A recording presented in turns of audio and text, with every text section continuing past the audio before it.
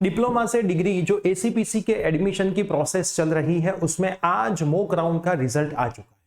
अब आपको mock round का रिजल्ट कैसे देखना है, आपकी कास्ट अलग आपको दिख रही है, आगे राउंड 1 के लिए क्या करना है। अगर आपने एसीपीसी का फॉर्म भरना बाकी था, डीडीसीईटी की एग्जाम दी है लेकिन फॉर्म भरना रह गया है, तो उसमें क्या प्रोसेस फॉलो करनी है, ये सारी चीजें आपको आज के इस वीडियो के अंदर मैं बताने वाला हूं। लेकिन वीडियो को शुरू करने से पहले अगर आप जीटीयू के अंडर में कोई भी कॉलेज में 3rd सेमेस्टर में एंट्री लेने वाले हो तो हमारे कॉम्बो कोर्सेज लॉन्च हो चुके हैं जिसमें पर सब्जेक्ट्स ओनली 400 रुपीज प्राइस है। हर एक कॉम्बो की लिंक नीचे अवेलेबल है, आप बाई करके आपकी पढ़ाई शुरू कर सकते हो।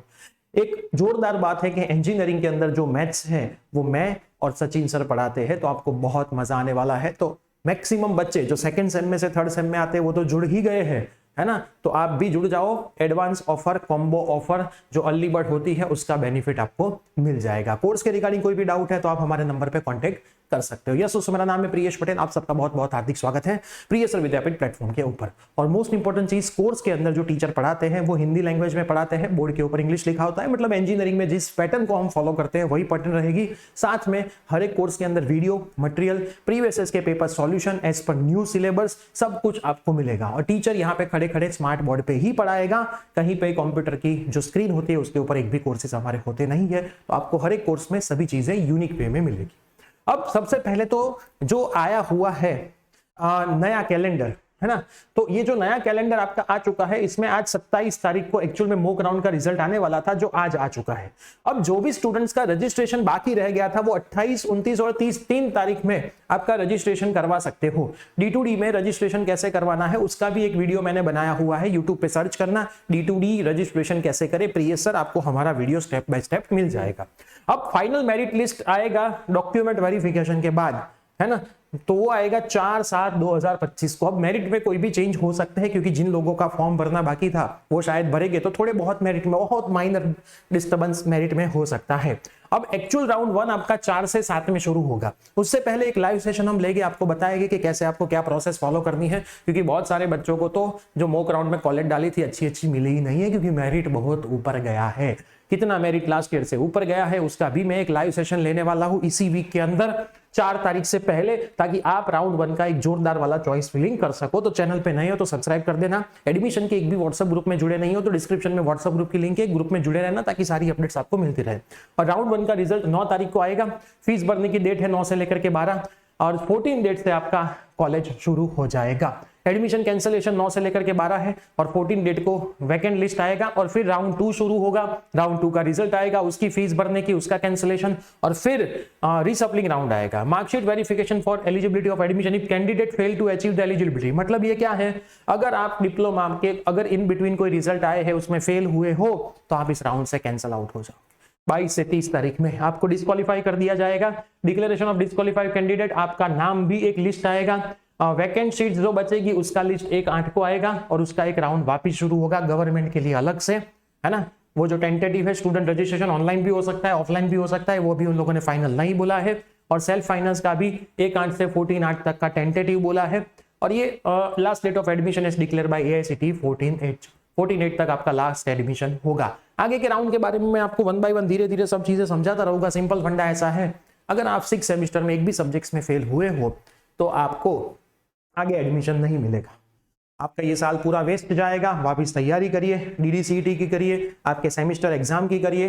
डीडीसीईटी नेक्स्ट ईयर आपको वापस देनी पड़ेगी और आपका जो नेक्स्ट ईयर मेरिट कैलकुलेट होगा वो रेगुलर स्टूडेंट के साथ ही होगा। ऐसा नहीं है कि लास्ट में जाएगा आपका मेरिट, है ना, तो वो रेगुलर के साथ ही होगा, तो आपके उसमें चिंता करने की जरूरत नहीं। लेकिन एक भी सब्जेक्ट आपका बाकी है तो आपको ये डेट तक आपका रिजल्ट आ जाता है 14/8 तक, तो आपका एडमिशन होगा, वरना उसके बाद आपका एडमिशन हो सकता नहीं। ये चीज खास ध्यान में रखिए। अब मैंने लॉगिन किया है, आप लॉगिन के अंदर से कैसे देख पाओगे, ये रहा देखो मॉक रिजल्ट है, तो मॉक रिजल्ट के ऊपर क्लिक करके आप आपका रिजल्ट देख पाओगे। अब यहाँ पे थोड़ी चीजें समझ लो, है ना। ये जो स्टूडेंट है इनको ये कॉलेज में एडमिशन मिला है, एलोटेड कैटेगरी SC/BC। अब मान लो कि आपकी कास्ट SC/BC और यहाँ पे ओपन लिखा है, घबराओ नहीं। आपकी कास्ट SC/ST यहाँ पे ओपन लिखा है, घबराओ नहीं। मैंने पहले ये चीजें बताई थी, अगर आप चैनल पे हर एक वीडियो प्रॉपर देखते हो तो आपको कभी दिक्कत आएगी ही नहीं। जब तक उस कॉलेज की ओपन की शीट्स अवेलेबल रहती है तब तक यहाँ पे ओपन लिख के आएगा, लेकिन आपका जो मेरिट कैलकुलेट हुआ है वो आपकी कास्ट के अनुसार ही हुआ है। तो आपको चिंता बेटा करने की जरूरत नहीं है। तो ये पहला आपका सॉल्यूशन हो गया। SC ST कैटेगरी वाले हो, ओपन लिखा है तो भी आपको फ्री शिप कार्ड तो दिखेगा। आपकी ओरिजिनल कैटेगरी कौन सी, प्रोफाइल के अंदर जो लिखी होती है ना वो वाली, यहाँ पे कोई भी लिखी हो उससे कोई चिंता मत करो, प्रोफाइल में आपकी जो कैटेगरी है उसके हिसाब से सारी चीजें होगी। ये तो शीट्स खाली होती है इसलिए आपको ओपन की दी जाती है। दूसरी मोस्ट इंपॉर्टेंट चीज है यहाँ पे कि भाई ये जो मॉक राउंड का रिजल्ट है वो एक्चुअल नहीं है, ये आपको दिखाता है कि आपको ये मिल सकता है। फर्स्ट राउंड में ये चेंज भी हो सकता है, ऊपर वाली शीट्स भी मिल सकती है, नीचे वाली शीट्स भी मिल सकती है। कैंडिडेट जिन लोगों ने 24 तारीख तक रात को 12 बजे से पहले चॉइस फिलिंग किया होगा उनको यहाँ पे कंसीडर किया है, आपने लॉक किया है, नहीं किया है कोई चिंता करने की जरूरत नहीं है, वो ऑटोमेटिकली लॉक हो जाता है। अब फर्स्ट राउंड में आप वापस चॉइस फिलिंग कर सकते हो, नई कॉलेजेस ऐड कर सकते हो, रिमूव कर सकते हो, सब कुछ आप वापस कर सकते हो। ये जो आपको शीट्स मिली है उसमें आप कुछ नहीं कर सकते। सर मैं कॉलेज चला जाऊं, ले लूं, मेरे को यही चाहिए, नहीं भाई ये मॉक राउंड था, ये आप ले सकते नहीं हो। ठीक है, अब दूसरी चीज समझते हैं, पहले इसको हम लॉग आउट कर देते हैं। अब दूसरी चीज हम समझते हैं जो यहां पे आ चुका है आपका एनालिसिस, ये हमने एप्लीकेशन में रख दिया है। आप एप्लीकेशन प्रीएस से विद्यापीठ यूज कर रहे हो, इसके होम पेज के माई कोर्स के एसीपीसी कोर्स में 2025 के D2D के फोल्डर में ये आ चुका है। इसमें आप देखो टोटल कितनी शीट्स है, एलोटेड कितनी, वैकेंट कितनी इसकी है, रैंक वाइज क्लोजर। अब रैंक वाइज क्लोजर मतलब ये आपके लिए मोस्ट इंपॉर्टेंट है ना। जो भी जीईसी भावनगर कॉलेज है उसमें जनरल कैटेगरी 1 नंबर से, मतलब जिसका 1 नंबर था वो गर्ल ने जीईसी भावनगर लिया है और उसमें 241 क्लोजिंग रैंक है। मतलब आपको क्लोजिंग रैंक देखने का, आपका मान लो रैंक 500 नंबर का है तो आपको जीईसी में, कंप्यूटर में, जनरल में नहीं मिल सकता। ये क्लोजिंग रैंक आपको देखना है। 241 से पहले अगर आपका नंबर आता है तो आपको मिल जाएगा। अब ऐसा नहीं है कि इसका शुरुआत 2 से हुआ है, 344 पे बंद हुआ है तो 1 नंबर, ये इसमें 1 नंबर वाले को नहीं मिल सकता, ये तो उसने लिया नहीं है। दूसरी कौन सी कॉलेज है, एलडी कॉलेज मैकेनिकल जो है वो 2 नंबर वाले ने एलडी मैकेनिकल में लिया है, 344 पे बंद हुआ है। IIT Indian institute technology Nirma जो कॉलेज है उसमें 3 नंबर वाले ने लिया है ना, और 3 पे ही बंद हुआ है। एक ही TFWS सीट थी तो उसको निर्मा में TFWS मिल गया है क्योंकि फर्स्ट नंबर ने भावनगर लिया है। अब मान लो जो फर्स्ट नंबर वाली लड़की है वो अगर निर्मा के लिए अप्लाई कर देती है TFWS के लिए, अगर एलिजिबल है, तो ये जो बंदा है 3 नंबर वाला उसकी वो सीट फर्स्ट राउंड में चली जाएगी। तो ये किसी को पता नहीं होता कि इसमें क्या क्या हो सकता है ना। ये तो भाई प्लस माइनस कुछ भी रहता है। अगर ये सेकंड नंबर वाला मैकेनिकल जिसका है वो अगर निर्मा के लिए अप्लाई कर दे, TFWS ब्रांच चेंज हो सकती है तो उसकी भी ये शीट जा सकती है।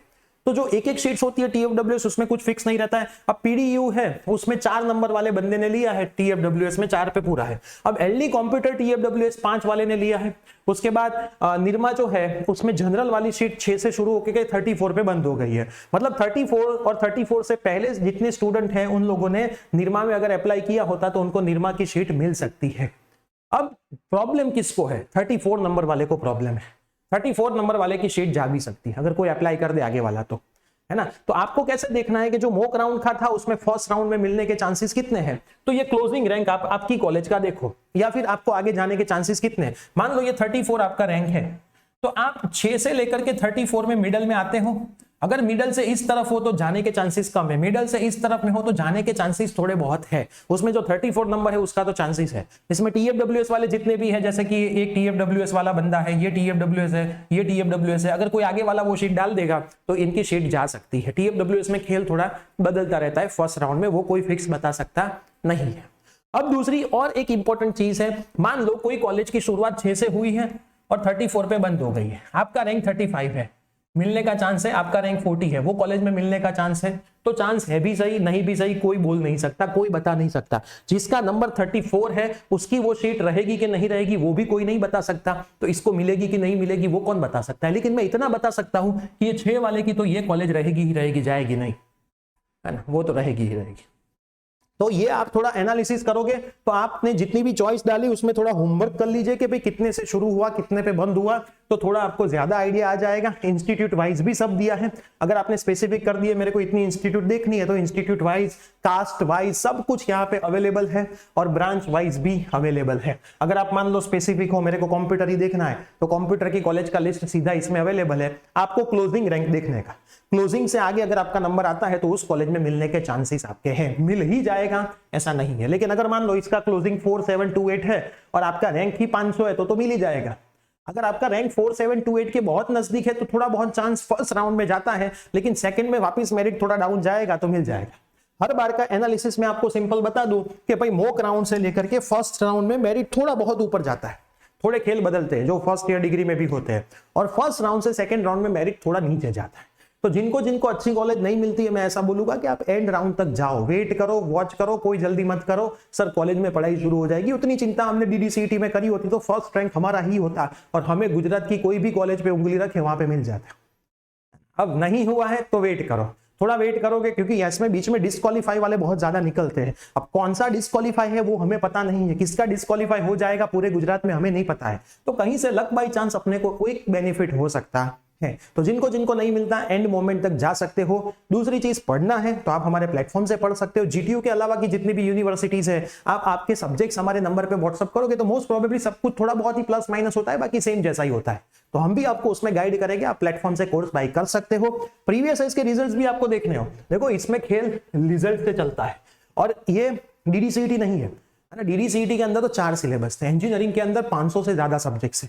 तो आपको एक बार खास डेमो लेक्चर्स देखने चाहिए। विदाउट डेमो लेक्चर प्राइस देख के कभी कोर्स बाय नहीं करने चाहिए। मैं आपको दिखा दूं जो ये सारी फाइल्स है वो आपको कहां मिलेगी, वो भी मैं आपको बता देता हूं। कॉम्पिटिटिव ACPC एडमिशन प्रोसेस, ये वाला कोर्स आपको फ्री में मिल गया होगा। इसमें कंटेंट में आप जाओगे, ACPC एडमिशन 2025 में जाओगे, D2D में जाओगे, इसमें मॉक राउंड एनालिसिस में 5 फाइल रख दिए। और हमारे लेटेस्ट रिजल्ट जो फर्स्ट सेम के बच्चों के आए थे, जो अभी आपके साथ थर्ड सेम में अलग अलग कॉलेज में आएंगे, वो आप एक बार इसमें चेक करना। टोटल 61 से 64 पेजेस है, हर एक पेजेस में 6 से 7 स्टूडेंट्स के फोटोग्राफ है। और ये तो खाली उतने ही फोटोग्राफ है जिनके SPI 8+ आए हैं। अब 7.5+ आप देखोगे तो कितने हो गए, उसमें भी 10 आउट ऑफ 10 SPI वाला बंदा भी अपने कोर्स से पढ़ रहा है। तो अगर आपको अच्छा पढ़ना है ना, प्रॉपर गाइडेंस के साथ पढ़ना है, हर एक कोर्स में यूनिक वे में पढ़ना है। देखो हमारा मैथ्स तो दमदार है, क्योंकि प्रीवियस सर ही मैथ्स पढ़ाते हो तो दमदार ही होगा, लेकिन बाकी के सब्जेक्ट दमदार है कि नहीं वो एक बार देखना हो तो कोर्स में जाके डेमो लेक्चर के फोल्डर आप देखना। जो भी GTU वाले बच्चे हैं उनके हर एक कोर्सेज लॉन्च हो चुके हैं, आप चेक करोगे।